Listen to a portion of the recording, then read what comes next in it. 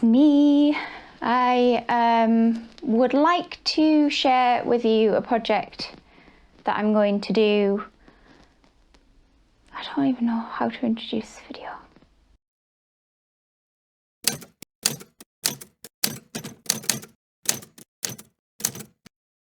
Hi everyone, welcome back to another video.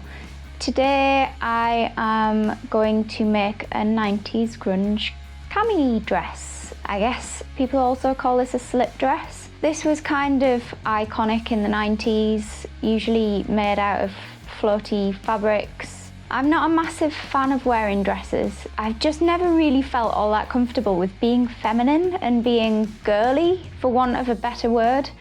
I think I'm fairly fixed in my tomboyish ways. I don't know whether tomboy is even like an acceptable term.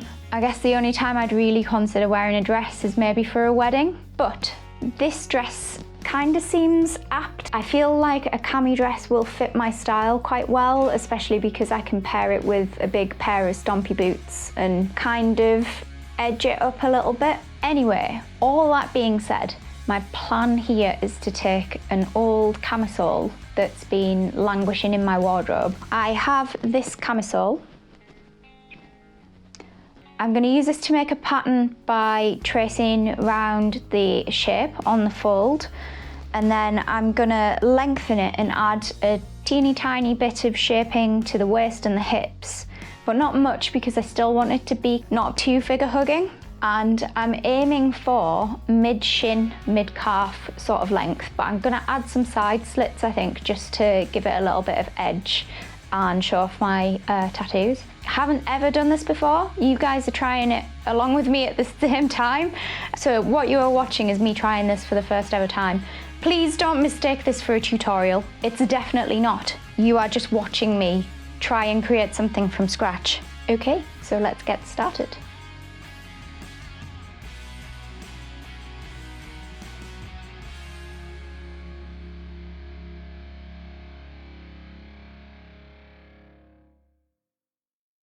Welcome to the voiceover. The first thing to do is decide how long the dress should be. So I measured the fall from the centre neckline using a soft tape measure. I transferred this length measurement to Swedish tracing paper. I like this because I can see my grid cutting mat through it. You could use wrapping paper, a roll of craft paper, baking paper or pattern paper, it doesn't really matter. I folded the cami in half down the centre front. When I trace around this, I'll get a half front that I can cut on folded fabric to get a perfectly symmetrical full front piece. I quickly measure across the cami at the hip and take my own hip measurement to see if the pattern at its widest will fit. It looks like it will, so I carry on. It's important to note that I forgot about ease here, and I'll run into that issue later. You might also notice that my line isn't straight down the centre front, and that's because this cami tapers or has a trapeze shape. I have to correct that later and make the centre line straight and the side seams taper, otherwise it can't be cut in the fold. Live and learn, I guess. Or should that be fail and learn? Then I traced around the folded cami neckline and neatened the curves up with my French curve.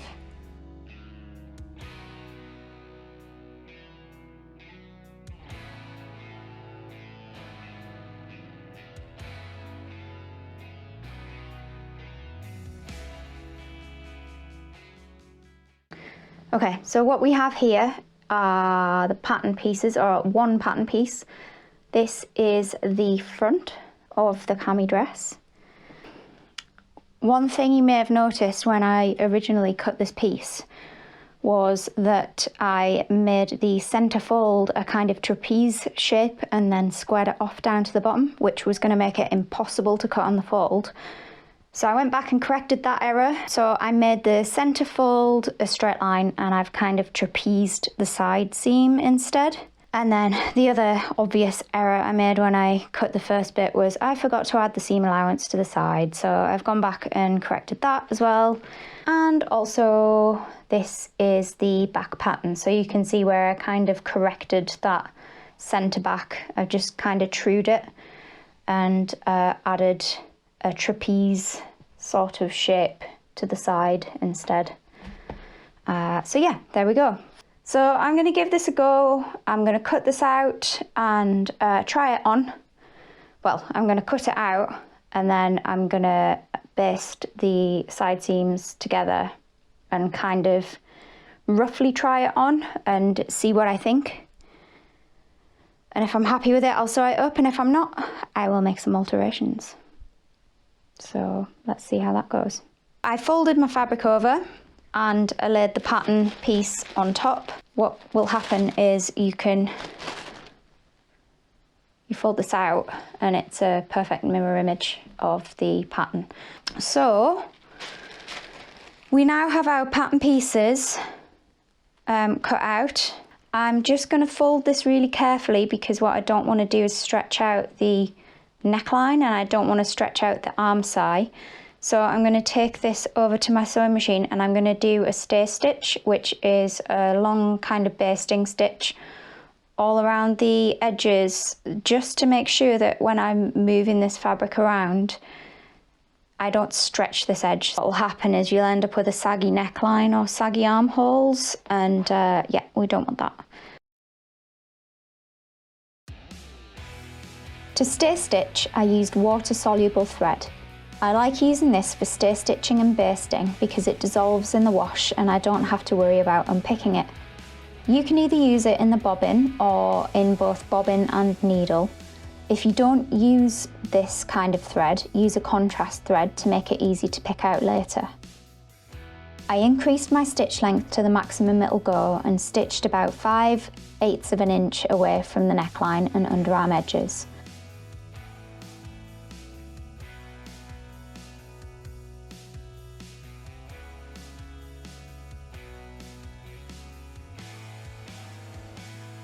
This gives a line of stay stitching to stop the edges stretching out.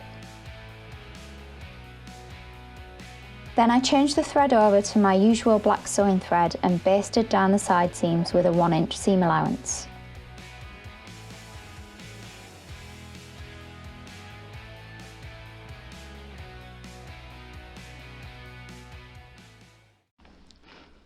So there's almost no good way to show you this, so please ignore the backdrop and ignore my ring light and everything else, but I'm now trying this on inside out just to see how the fit is. And if you remember, I've kind of basted these side seams. All I've done is, not touch the mic.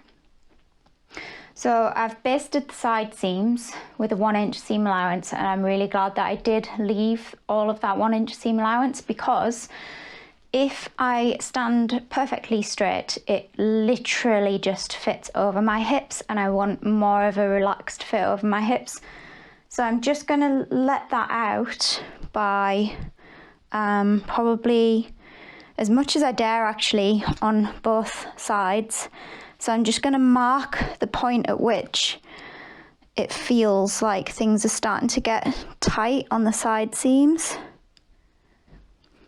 And again, the point at which it then sort of feels okay-ish, which is about there. And this is called a friction pen. So when this also is in my top sewing tips video, this is removable with heat. So when I iron over these marks, they'll be gone. I am going to fold the dress over so that I can make these marks evenly on either side, and then I'm going to remove the basting stitches. I'm going to sew along a new line that will be probably more like 1/4 of an inch away from the edges, and see then how I feel about that. If that looks okay, if that feels okay when I try it on again, that'll become my stitching line. And what I'll do is I'll just overlock the seams and we'll call that good. So I'll see you again in a bit. Once I had the tight areas marked, I took off the dress and copied the marks over to the other side of the dress.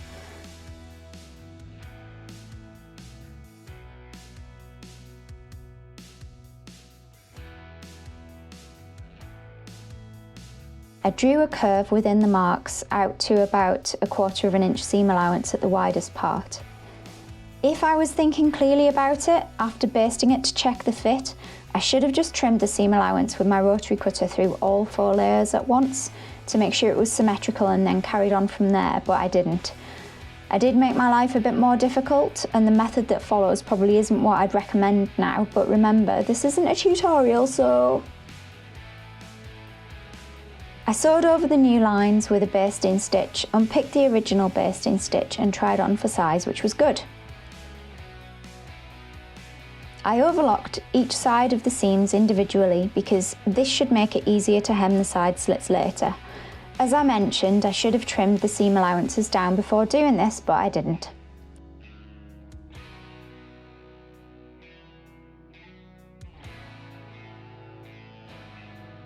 So I think what I'm going to do is I'm going to pause filming there just because it's getting quite dark in here actually, and I'm not going to be able to work without the overhead light on, and if I put the overhead light on, the lighting on the video will suck. So I'm going to pause for today, and I'm going to pick this up tomorrow morning and hopefully should get this all finished tomorrow, which is Sunday. I'll see you all tomorrow. Goodbye. It's because we can't have a video without a bit of Lily. Lily. Yeah. Hello. Hello. Okay.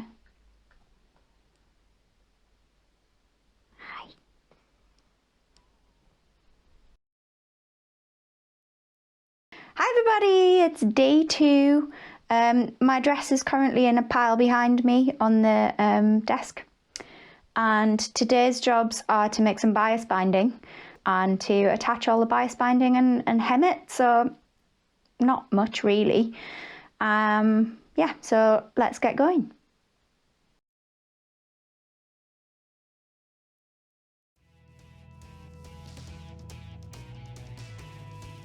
To cut the bias strips, I laid my quilting ruler on the fabric at a 45-degree angle and cut 1.5 inch strips of fabric. There are other methods of doing this. If you don't have a quilting ruler, have a little search around YouTube and you'll find some nifty little tutorials.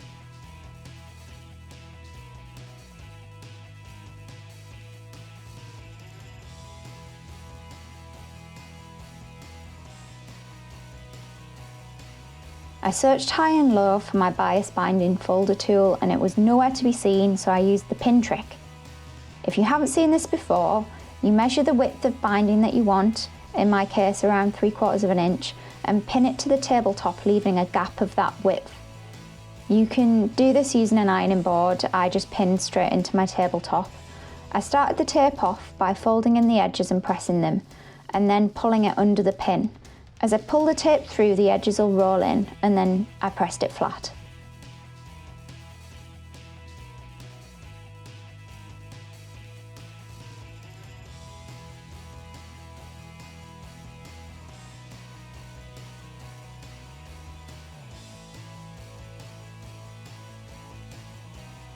I applied the tape to the front and back neckline by folding one edge of the bias tape out and lining it up with the top edge of the neckline on the wrong side, then stitched in the fold.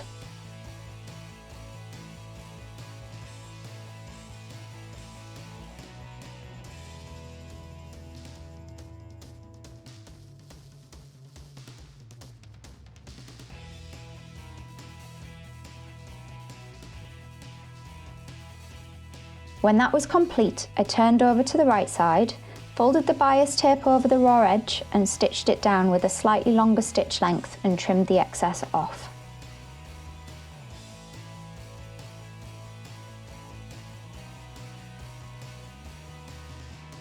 For the underarms, I folded a long length of bias in half and marked the centre. I pinned this centre point to the side seam and stitched it all into place from the wrong side, the same as for the neckline.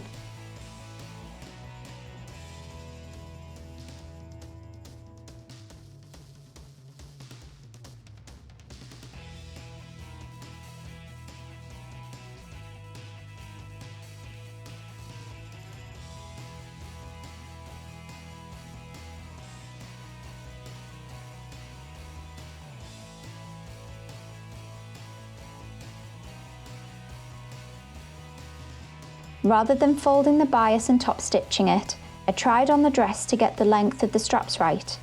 To do this, I flipped the ends of the straps over my shoulder and marked the desired seam line with a Frixion pen.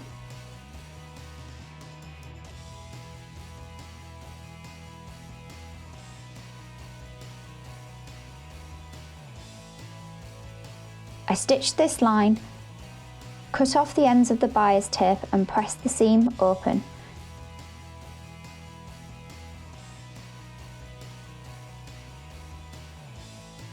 Then pressed in the folds of the original bias tape again.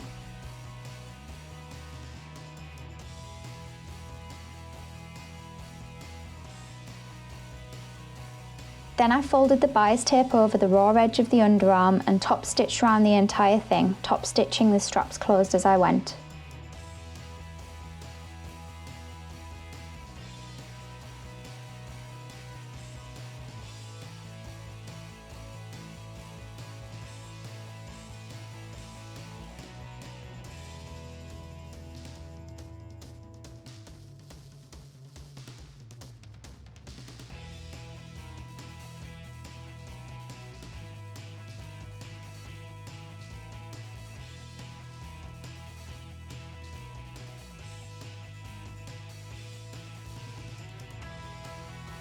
Now there's just the slits and bottom hem to finish.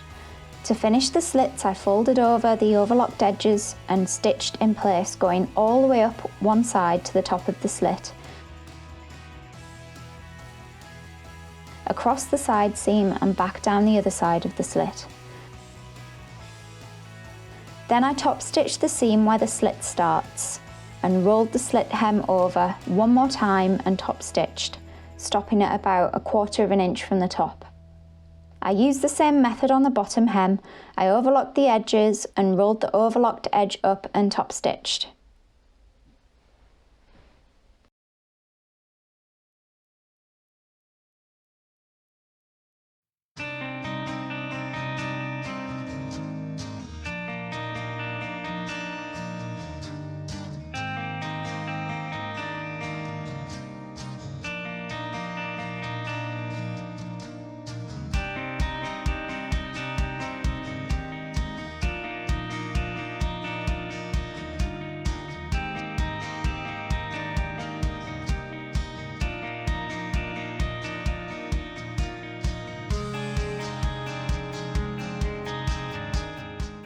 So that's me done. I've successfully made my cami dress or slip dress, whatever they're supposed to be called. I really enjoyed actually doing this project more than I thought I would. Last night I watched a video on YouTube about 5 women facing their fashion fears, so they had to wear something for a week that they would never normally wear. For one woman it was trousers because she only ever felt comfortable in dresses. Another woman, it was dungarees because they made her think of peeing her pants when she was 7, so she never wore dungarees. But actually this dress feels surprisingly freeing and liberating, and even though I'm not really like a feminine type of girl, I think that pairing it up with chunky boots works really well for me. And yeah, I can see me getting lots of use out of this. I think the one thing that I would do differently next time, I'd probably make the bias a little bit differently.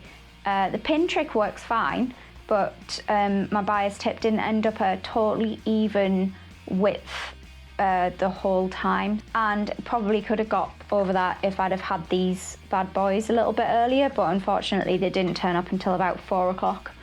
This afternoon, so no good to me whatsoever. So I'm gonna go now. Take care everyone and stay safe. Bye!